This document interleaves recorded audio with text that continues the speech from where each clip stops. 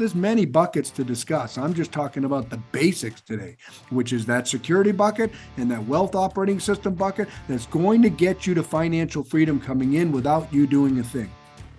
And I don't mean you're not going to do a thing. I mean that now you can focus your time on what it is that's important to you. That's I think, from all the people I talk about in different categories around the country, the freedom of time is the biggest thing. I want to have the money to do what I want to do, with whom I want to do it, when I want to do it, as long as I want to do it.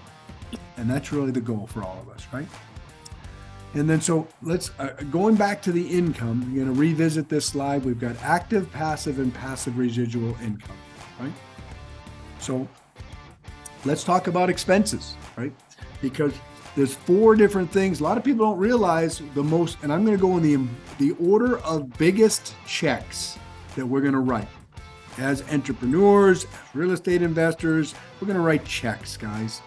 And ignorance is probably that most people, when I ask them, what is the biggest expense that we all have? And you know what the answer is? Taxes. Everybody thinks taxes is the big. No, thinking everything is as easy and successful as the things we know and do well, right?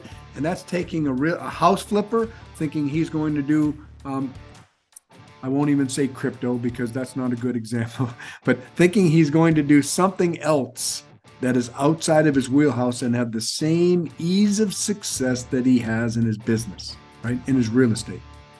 So just make sure to do your own due diligence, partner with people that know how to do that category very, very well, and keep your ignorance factor to a minimum. Number 2, expense is taxes, right? We talked about that, how to reduce our tax drag. That is a big, big income stream for most of us. Number 3 is our vitality number, our cost of living. I encourage us all, live within our values, not our vanity, right? Live within our values, not our vanity. It doesn't matter what you can afford. It's, and at the same time, I talked about this last month of the latte factor from the millionaire next door. Used to annoy the heck out of me because quite honestly, I want to have a latte. I don't want to save $3 a day because I want to get rich. I want to get rich and still have my latte, right? Totally get that.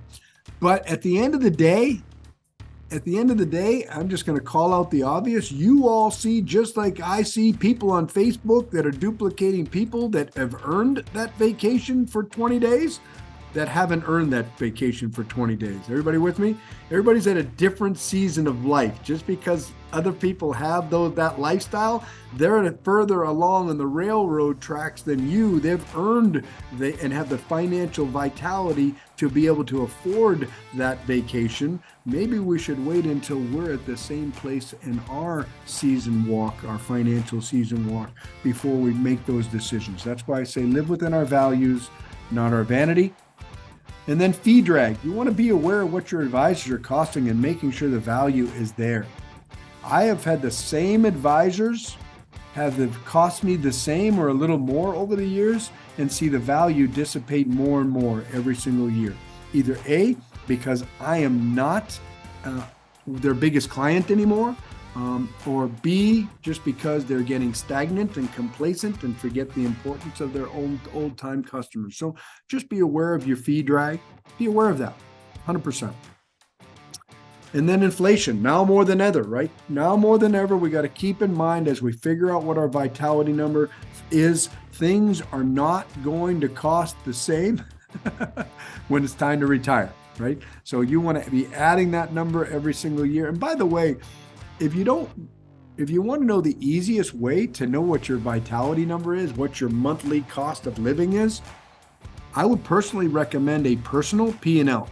A lot of us are business owners. A lot of us have real estate owners. A lot of us have the ability to make a new account in our QuickBooks and call it personal expenses. If you're not already doing that, I would encourage you to do that. I know my regulars that are part of this call on a regular basis are doing that very, very much.